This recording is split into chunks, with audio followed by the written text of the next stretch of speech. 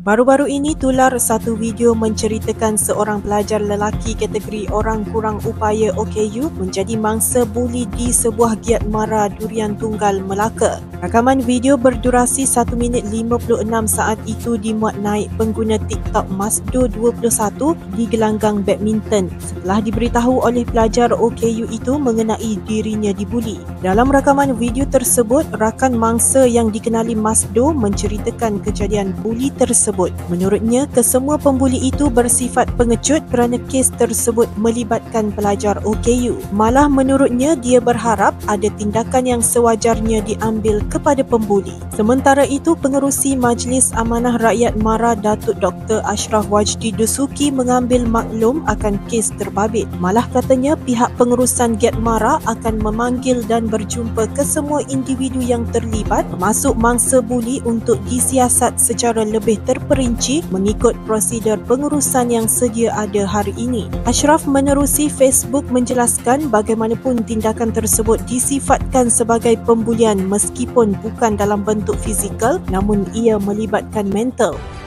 InsyaAllah saya memberi jaminan tindakan tegas pasti akan diambil sekiranya didapati perbuatan itu benar-benar berlaku.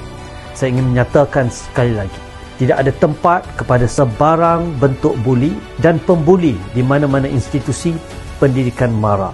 Sama ada giat MARA, MRSM, Institut Kemahiran MARA, Kolej Kemahiran Tinggi MARA, Kolej MARA, Kolej Profesional MARA, Kolej Politek MARA, GMI, MJII, UPTM maupun UniKL.